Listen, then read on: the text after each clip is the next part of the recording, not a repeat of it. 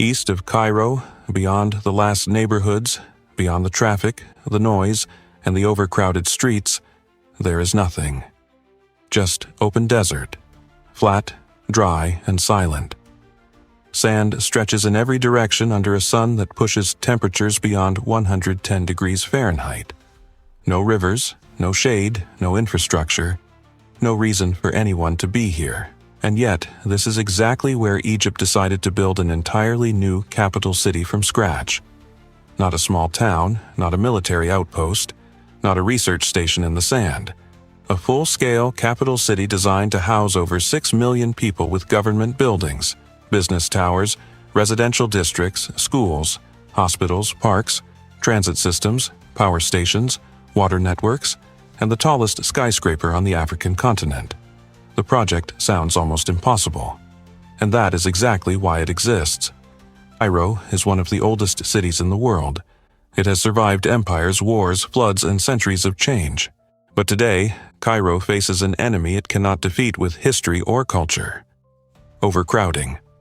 More than 20 million people are packed into a metro area that was never designed for this density. Traffic moves at walking speed for hours. Housing demand far exceeds supply. Public services are stretched to breaking point. Infrastructure built decades ago now carries loads it was never meant to handle. Water systems, sewage lines, electrical grids, roads, bridges, all of it is under pressure every single day. Cairo is not dying, but it is choking. So the Egyptian government made a decision that would reshape the country. Instead of trying to fix a city that has grown beyond its own limits, they chose to start over. 45 kilometers east of Cairo, in the desert between the Nile Valley and the Suez Canal corridor, engineers marked a massive zone of empty land. Over 700 square kilometers, larger than the entire footprint of Singapore. And they said, this is where the new capital will rise. But building a city in the desert is not like building on open farmland or coastal plains. The desert fights you. Heat warps steel. Sand erodes machinery. Water does not exist beneath the surface in useful quantities. Dust storms can shut down construction for days. Workers operate in extreme conditions. Every material, every drop of water, every piece of equipment must be transported in. There are no local resources to rely on. There is no existing grid to connect to. There is only the empty, burning ground and a plan to turn it into the most ambitious urban construction project of the 21st century. Before a single building could rise, engineers had to answer a question that most city planners never face. Can this ground support a city at all? Desert sand is not a foundation. It shifts, it compresses unevenly, it behaves differently under load depending on moisture, temperature, and depth. So the first teams sent into the site were not architects or construction crews. They were geologists, surveyors, and soil engineers carrying drilling rigs, ground-penetrating radar, and laboratory equipment. Thousands of boreholes were drilled across the site. Core samples were pulled from deep underground, tested for density, composition, bearing capacity, and water content. Survey crews mapped elevation changes across hundreds of square kilometers, marking where the ground was stable enough for heavy structures and where it needed reinforcement. GPS stations, laser levels, and satellite imagery helped create a precise digital model of the terrain.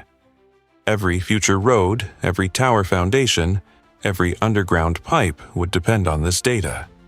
One miscalculation in the soil analysis could mean cracked foundations, tilted structures, or collapsed utility lines years later. Once the ground was understood, the transformation began. Massive earth-moving operations flattened and graded the terrain. Bulldozers, scrapers, and compactors reshaped the desert surface into level platforms designed for specific zones. Residential districts here, government quarter there. Business corridor along this axis. Each zone required different ground preparation depending on the weight it would carry. Then came the invisible systems that no one would ever see but nothing could function without. Trenches were cut across the site for water mains, sewage lines, electrical conduits, and communication cables. In a place with no natural water source, every drop had to be engineered. Pipelines were laid connecting the site to distant treatment plants and desalination sources. Pumping stations, storage tanks, pressure regulators, and distribution networks were installed underground before any visible construction even started. Electrical substations were built to feed power across the growing grid. Temporary roads were paved so trucks carrying concrete, steel, glass, and machinery could reach every corner of the site. From the air, the desert began to look like a circuit board. Straight lines cutting through sand in every direction. Roads leading nowhere yet. Empty lots marked with colored stakes. Crane foundations poured in clusters. It still looked like nothing a person could live in. But beneath the surface, a city was already taking shape. The skeleton was invisible, buried under sand and dust, waiting for the structures above to give it purpose. At the center of the new capital, one structure was designed to announce Egypt's ambition to the entire world. The iconic tower. A super-tall skyscraper rising over 385 meters into the desert sky, making it the tallest building on the African continent. Not built in a dense established city like Lagos or Johannesburg, built from nothing, in the middle of a desert that had no roads 5 years earlier. The engineering challenge was immense. A super-tall tower generates enormous downward force concentrated on a single footprint. In a desert environment, that footprint must be anchored into ground that engineers have manually stabilized. The foundation required massive, reinforced concrete piles driven deep below the sand into harder substrata. A thick concrete mat was poured at the base, designed to distribute the tower's weight evenly across the underlying soil. Steel reinforcement cages were assembled in dense grids, tied by hand, inspected, and embedded in concrete that had to cure under extreme heat without cracking or losing strength. As the core rose floor by floor, crews worked against conditions that most skyscraper projects never deal with. Concrete had to be mixed and poured during cooler hours to prevent premature setting. Steel components expanded in the heat and had to be measured and cut with thermal tolerances in mind. Sand and dust infiltrated machinery, clogged filters, and coated surfaces that needed to stay clean for welding or sealing. Wind loads at height added another layer of complexity. The tower's shape was designed not just for appearance, but to reduce wind pressure, channeling airflow around its curved surfaces rather than catching it like a flat wall. But the iconic tower is not a standalone monument. It anchors an entire central business district planned around it. More than 20 commercial and mixed-use towers surround it, forming a skyline that did not exist a decade ago. Office buildings, hotels, retail complexes, and conference centers rise along wide boulevards and open plazas. The district is designed to function as the financial and administrative core of the new capital, attracting banks, international firms, government agencies, and diplomatic offices.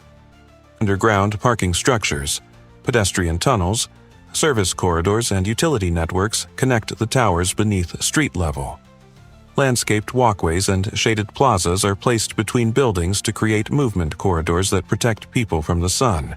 Every surface, every angle, every gap between structures was calculated to manage heat, light, and airflow. This is not a city that grew organically over centuries. It is a city engineered from a spreadsheet, built on sand, and designed to prove that modern Egypt can compete on a global stage. A city without transportation is just a collection of buildings standing in the heat. So before the towers were even finished, engineers began building the systems that would move people across a capital stretching over 700 square kilometers. The scale demanded more than roads. It demanded a complete multimodal transit network designed from scratch, something most cities spend a century developing through trial and error. The backbone is a high-speed electric rail line connecting the new capital to Cairo. Without it, the city would be isolated, a distant outpost in the desert that no one could reach without a car and an hour of highway driving. The rail corridor required its own enormous construction operation. Earthworks, embankments, bridge structures, viaducts, station platforms, signaling systems, overhead power lines, and maintenance depots were built across dozens of kilometers of open terrain. Inside the city itself, A monorail system was planned to connect major districts, looping through the business center, government quarter, residential zones, and transit hubs. Elevated guideway columns were cast and erected along the main corridors, carrying precast concrete beams high above the streets so the system could operate without competing with road traffic below. The road network alone is staggering. Wide multi-lane boulevards, arterial roads, district connectors, service roads, and pedestrian pathways were laid out in a grid designed for efficiency rather than charm. Intersections, overpasses, clover leaf exchanges, and tunnel sections were built to keep traffic flowing even at peak capacity. Street lighting, drainage channels, signage, lane markings, curbing, and landscaped medians were installed kilometer after kilometer. But infrastructure is not only about movement. At the heart of the government quarter, a new presidential palace, a parliament building, and a cluster of ministry headquarters were constructed to house the operational core of the Egyptian state. These are not temporary offices. They are permanent seats of power, built with reinforced concrete frames, blast-resistant facades, secure perimeters, and independent utility systems. Nearby, two of the largest religious structures in the region rose side by side. A massive mosque and a cathedral, each designed to be architectural landmarks in their own right. They signal the cultural identity of the new capital alongside its political function. Beneath all of it run the systems no visitor will ever notice. Chilled water networks for district cooling, fiber optic trunk lines, redundant power feeds from multiple substations, pressurized fire suppression mains, sewage interceptors and stormwater channels designed for flash floods that the desert delivers without warning. The city above looks clean and modern. The city below is a maze of pipes, cables, valves, and pumps keeping everything alive. The desert does not want a city here. It never did. Daytime temperatures regularly exceed 110 degrees. Humidity drops to almost nothing. Rain falls only a few times a year, and when it does, it arrives in violent bursts. These bursts flood dry ground within minutes and vanish just as fast. There are no rivers, no lakes, no aquifers large enough to supply millions of people. Every strategy for making this city livable comes down to one battle: humans against heat and humans against the absence of water. The water supply network is arguably the most critical engineering system in the entire project. Pipelines stretch back toward the Nile Delta and connect to treatment and desalination facilities far from the site. Pumping stations push water across long distances into underground reservoirs built beneath the city. From there, pressurized distribution mains carry it to every building, every park, every cooling system, and every fire hydrant. Wastewater is not dumped.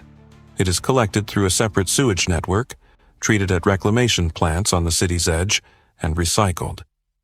Treated water is redirected to irrigation systems that feed the parks, green corridors, and landscaped boulevards. In a city with no natural water, nothing is wasted. Every liter is used more than once. The green spaces are not decorative afterthoughts. They are climate infrastructure. A massive central park stretching several kilometers through the middle of the city was designed to function as a cooling corridor. Trees, shrubs, and ground cover absorb solar radiation, release moisture into the air, and reduce surface temperatures by several degrees compared to exposed pavement. Shaded walking paths, artificial lakes, and irrigated lawns create microclimates where outdoor activity becomes possible even during hot months.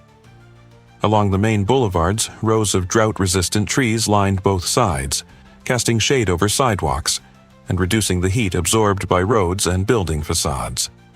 Urban planning itself became a climate tool. Buildings are oriented to minimize direct sun exposure on their widest surfaces. Streets are aligned to channel prevailing winds through districts rather than trapping hot air in dead-end corridors. Light-colored materials are used on rooftops and pavement to reflect solar energy instead of absorbing it. District cooling plants circulate chilled water through underground pipe networks to air-condition entire blocks from a central source. This replaces thousands of individual rooftop units that would consume far more energy. None of this makes the desert disappear. The sand is still out there beyond the last boulevard, waiting at every edge. Inside the city boundary, engineering has created something the landscape never offered on its own. A place where people can breathe, walk, drink clean water, and survive the heat long enough to call this place home. For years, the new capital existed only as a construction site.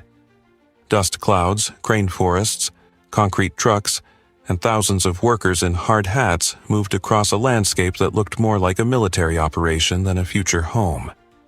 There were no families here, no morning commutes, no children walking to school, no shops opening their doors, just raw construction noise from sunrise to sunset, and floodlights burning through the night so crews could keep pouring concrete in the cooler hours. Then the transition began. Government ministries started relocating from their overcrowded Cairo offices. Entire departments packed filing cabinets, server racks, furniture, and staff into convoys heading east on the new highway. Civil servants arrived at buildings that still smelled like fresh paint, walking through lobbies where the floor polish had barely dried. Security systems were activated. Communication networks went live. The presidential compound received its first operational staff. One by one, the institutions that run a country of over 100 million people powered on inside structures that had been empty shells just months before. Residential districts followed. Apartment buildings that had stood vacant with dark windows began showing signs of life. Moving trucks appeared in parking lots. Satellite dishes went up on balconies. Grocery stores and pharmacies opened on ground floors. Schools enrolled their first classes. Clinics began seeing patients. Traffic lights that had been cycling through colors for no one finally had cars stopping at them. The systems buried underground for years. Every water main, every sewer line, every electrical conduit, every fiber optic cable were now carrying real loads for real people living real lives. The city is far from finished. Entire districts remain under construction. Cranes still dominate portions of the skyline. Many residential blocks sit empty, waiting for demand to catch up with supply. The monorail system is still being tested. Some boulevards end abruptly at construction fences. The gap between the planned vision and the daily reality is still enormous. Critics question the cost, the priorities, the debt, and whether a country with deep poverty should be spending billions on a showpiece capital. Those questions are real and they are fair, but the ground truth is hard to argue with. Where there was nothing but flat, empty, burning desert, there is now a city. Steel, glass, concrete, water, electricity, people, and movement. A place that did not exist a decade ago now appears on satellite images as a glowing grid of lights east of Cairo. Whatever happens next, whatever succeeds or fails, the engineering fact remains. Humans looked at a stretch of lifeless sand and said we will build a capital here. And they did.